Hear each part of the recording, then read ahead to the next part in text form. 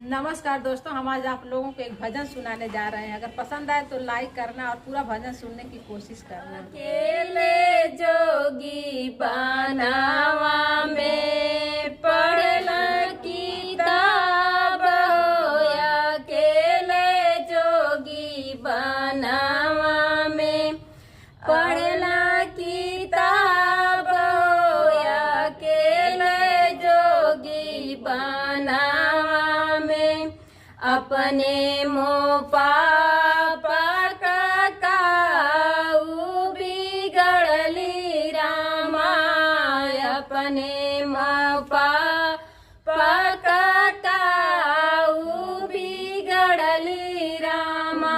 जोगिया के संगवा में रचला बीरा,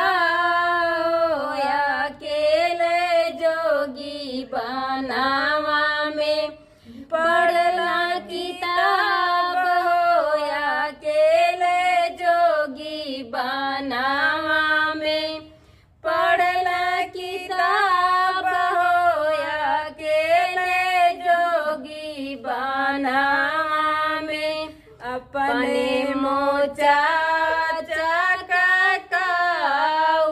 बिगड़ली रामा, अपने मोचा चकाऊ बिगड़ली रामा।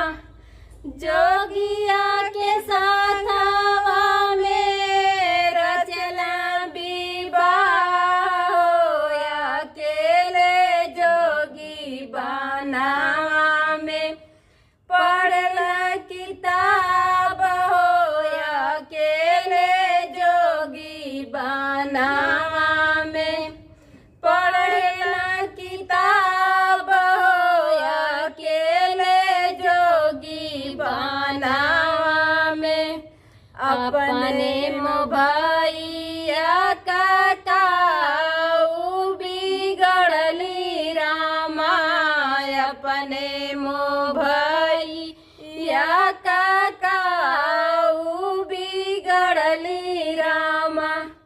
जोगिया के साथवा में रचला विवाह हो, अकेले जोगी बनावा में पढ़ला किताब हो, अकेले जोगी बनावा में पढ़ला किताब हो, अकेले जोगी बनावा में। अगर आप लोगों को भजन पसंद आए तो लाइक जरूर करना। बहुत मेहनत से हम लोग गाए हैं।